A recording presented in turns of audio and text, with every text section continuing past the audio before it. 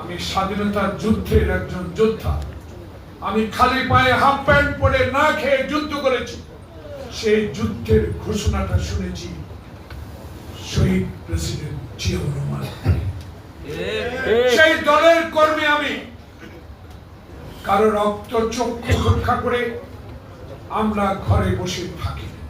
এই ওলামা দলের নেতারা কর্মীরা যখন হাসিনার এই পুলিশে, হাসিনার গুন্ডা বাহিনী, যুবলীগের কারণে একটি সভা সমাবেশ মিছিল করার সাহস কারোই ছিল না।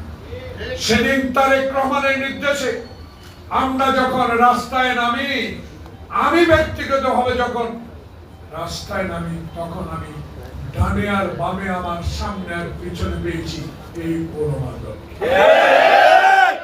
আল্লাহ পাকের কাছে শুকরিয়া আদায় করব।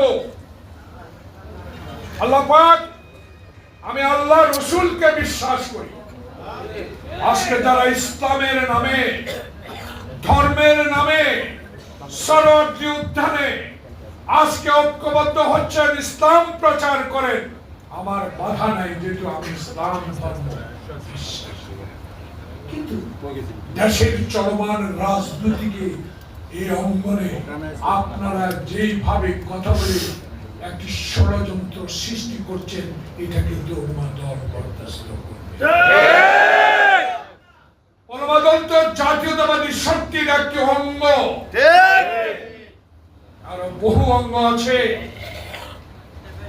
বিএনপিকে আন্ডারস্টিমেট করার সময় এখন যে বিএনপির লোকেরা সেনবাগ থেকে কুড়িগ্রাম গিয়ে রিক্সা চালিয়ে জীবন ধারণ করেছে, যে কর্মীরা রাতে হাঁটু পানিতে দাঁড়িয়ে জীবন অতিবাহিত করেছে, যে কর্মীরা হারুনের অত্যাচার সহ্য করেছে, যে কর্মীরা আয়না ঘরে থেকে জীবন বিসর্জন দেওয়ার চেষ্টা করেছিল হাসিনা, তারা এখনো জীবিত।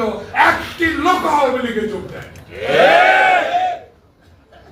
এখন ইসলাম ধর্ম প্রচারের নামে মসজিদে মসজিদে সংগঠন, ইসলামের নামে সংগঠন তৈরি করে বিএনপি কে একটা আন্ডারস্টিমেট করার শক্তি, সাহস আপনাদেরকে কে দিয়েছে?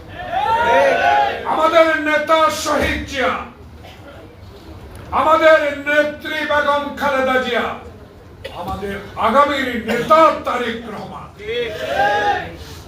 শহীদ জিয়া আল্লাহ ছাড়া মাথা নত কারোর কাছে করে, খালেদা জিয়ার সদের কাছে মাথা নত করে না।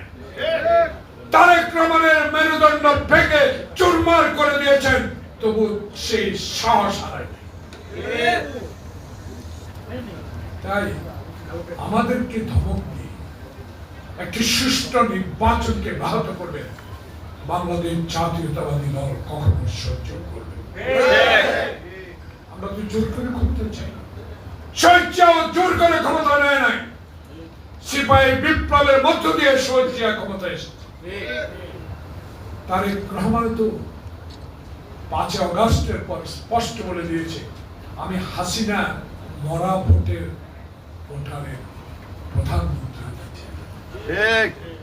আমি দিনের ভোট দিনে করে সুষ্ঠু ভোটের মাধ্যমে আমার মা খালেদা জিয়া যেভাবে সাবুদ্দিন আমলে রশি টানিয়ে একজন সিপাহী দিয়ে নির্বাচন করে বাংলাদেশে প্রথম মহিলা প্রধানমন্ত্রী হয়েছে, আমিও জনগণের প্রত্যাশা পূরণ করে ওইভাবে নির্বাচনের সরকার গঠন করতে চাই।